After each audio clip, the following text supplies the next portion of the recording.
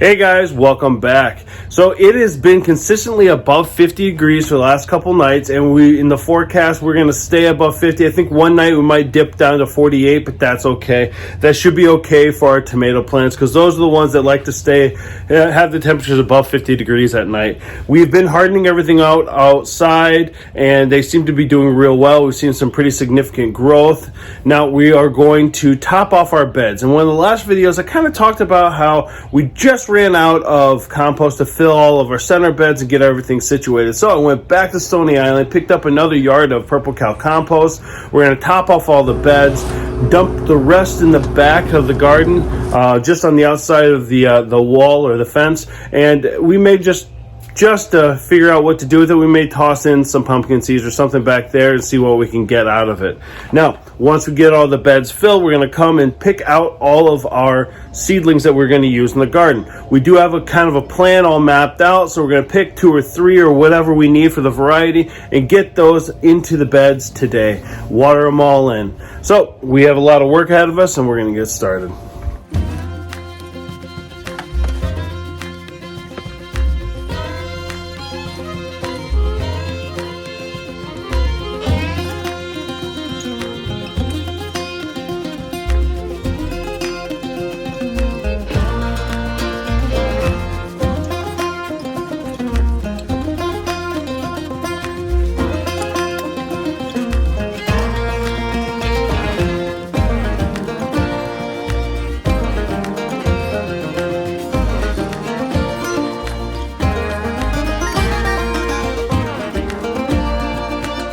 All right, so all the beds are topped off with compost. I still have quite a bit left over, but we are going to be using that into some of our pots. I might start a little bed in the back once that gets all situated. But right now, we are ready to start planting. Now, I went into the front and sifted through everything that I needed, what I grew from seed to kind of pick out the best things. If we see any gaps in what we're growing and decide that we want to grow something else, we can always go out to Stein's or another nursery and pick up some different plants, and we'll grow those into pots. Now, we're also going to be doing that with a lot of our spicy peppers. We do have a couple new varieties that I'm going to grow in pots to keep them separate from the rest of them, just in case the boys decide that they want to be, we'll call it adventurous, and try something that they've been told not to, and learn valuable lessons. So what we'll do is try to curb that by telling them the peppers in these pots, don't touch them, don't eat them, they're spicy. It worked last year. They didn't touch any of the spicy peppers, so we didn't have any incidences. But they're older and they make less wise decisions now, so we'll see what happens with that.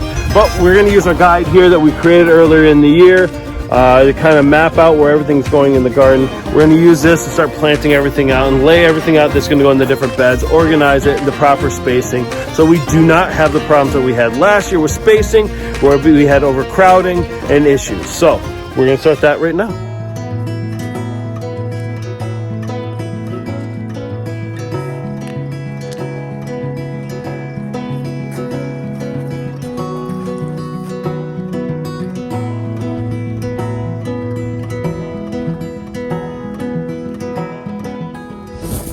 So at least for the cucumbers, we have our 2 marketer. I'm not entirely certain how these are going to grow, so I'm going to keep them towards the back so they have a little bit more space.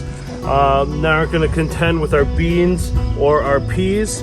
We have our Wisconsin SMR. I only have 1 of these. Last year I think I grew, this is where I failed and grew too many. I ended up growing roughly about 16 different types of pickling cucumbers. So I'm going to go with 1. See if we can keep on top of that. And then we got our Space Masters. I got 2 of them this year, just like last year. These are going to go up here towards the front. They don't need a whole lot of space. They don't really interfere with one another. We'll put a little trellis between them and they can share it, and it won't cause too much.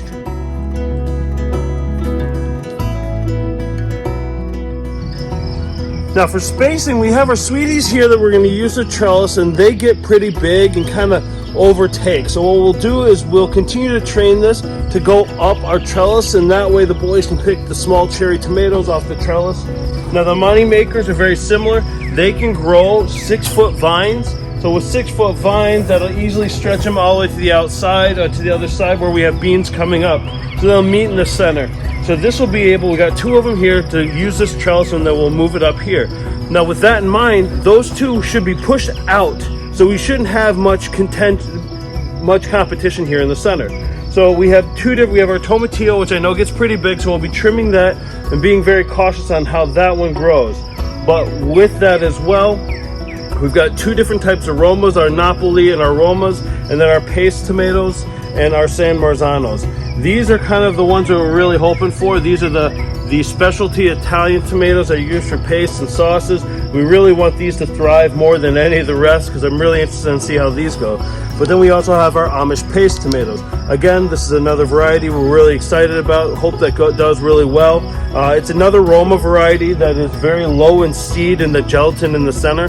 So hopefully when those start coming in at full bore, we will have a significant amount of sauce, paste, salsas, and everything else that we want to grow with everything else. So we'll create a paste out of these, sauce out of these, and those will be our slicers along with these over here. So we got a lot of tomatoes going on here, a lot of different varieties. So we should have enough. And some of these varieties we're kind of just checking out. We're growing the Amish paste, but those could easily take the place in San Marzano. These 2 varieties could take the place of those altogether. So we may not grow the Roma or the Napoli next year and just stick to these 2. But I want to give them a try to see how they tasted and make sure that that we weren't making a mistake. I want to try the different varieties. So we'll get these in after we get our peppers in. All right, we sifted through it. So this is, I think, their best bet. So we transplanted our blueberries over here to make them a habitual part of this, or a permanent part of this bed, or at least for now. And intertwined here, we got 1, 2, 3, 4, 5, 6 jalapeno plants, all spaced towards the edges and in between. So they should do real well here without getting overcrowded. There's nothing to interfere from the direct sunlight hitting them, so they should do real well. This is our lemon drop variety. I'm going to run a line of lemon drop here. Again, should not interfere with our spacing of our jalapenos. And then we've got our newer variety, our Marcani peppers, which is taking place our poblano. It's a sweeter version of our poblanos that are going to be great for stuffing in the center here as well, next to the lemon drops. And now we're getting into all of our sweets. So we got our spicy, so the lemon drops are not nearly as spicy as the jalapenos. The jalapenos inside the bed are going to be the spiciest peppers. So we got the jalapenos, lemon drop, which is less than the jalapeno, the Marconi, and then we've got Big Red here, chocolate, bananas here in the center, and then actually let's switch these out. We'll do bananas on the end because the boys go for the bananas and they munch on the bananas more often than any of the other peppers. So we'll make these readily available to them on the ends, and then spaces so they can reach the bananas. We got our sun-bright yellows, yellow bell peppers, our big reds here towards this side, and our chocolate peppers towards the end. We got beans planted along there, and then we've got our spicy peppers here. I've got 4 different types. We've got our Scotch bonnets, which are Caribbean, about the same heat index as a habanero. Next in heat level, so we've got the Scotch bonnets, and we have our ghost peppers. We've got 2 of those that we'll plant into a pot.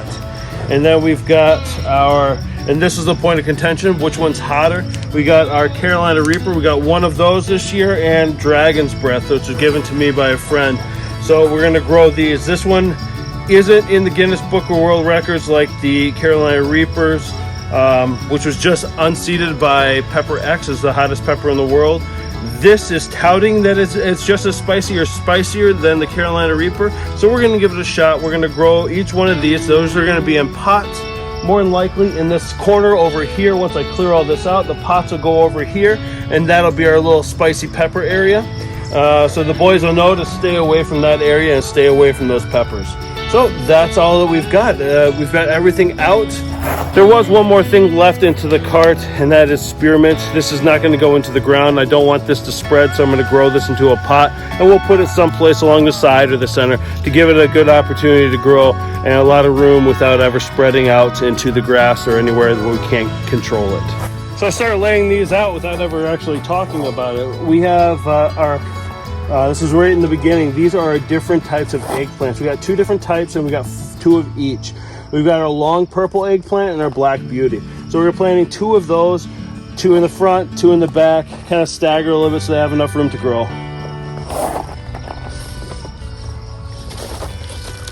Each hole is going to get a sprinkling of biotone. This is our long purple.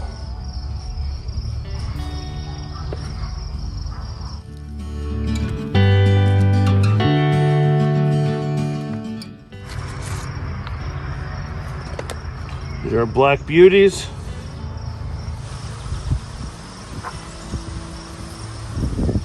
Now we do have Cucuzi, Delicata, Cucuzi. I think those are Buttercup and Delicata squashes in here. The Cucuzi will be growing up the trellises. I do have some extras planted. We'll see if they end up popping up. I will be thinning out our squashes here and our Delicatas once those come. Now along here we do have our cabbages, and this is going to be our row of lettuce. So we're going to get our lettuce into the ground.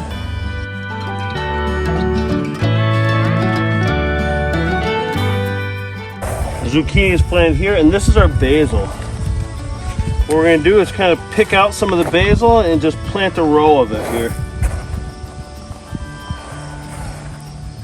About every 6 inches or so, I'll probably plant about 4.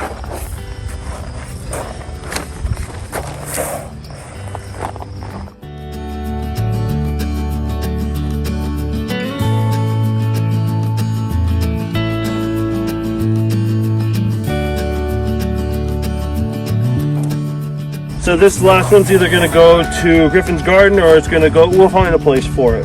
But there's groupings of about 2 or 3. They'll grow with each other. They've each gotten a nice bit of fertilizer, so they all should be good to go.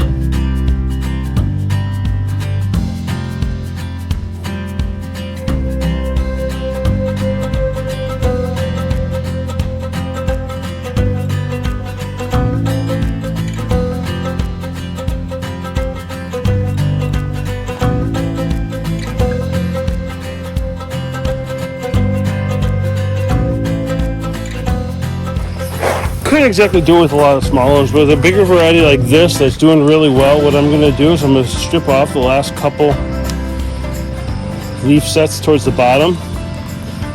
Even this one's starting to yellow out just a little bit. And you see all those hairs on here? Those are going to end up being roots. So we have a little bit deeper of a hole. I've gone sideways just a little bit just so I can angle it in. And you see how many roots are developing. We want even more than that. So just slowly bend it up. So now I've buried about a third of the plant in the ground. So that should develop a much stronger root and create a healthier plant.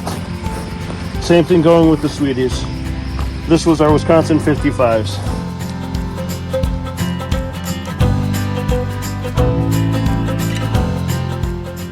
Now the last thing we're planting is our cucumbers. We get these guys into the ground, and then everything else is going to be into pots, and we'll be taking care of that later on in the video, which will be tomorrow.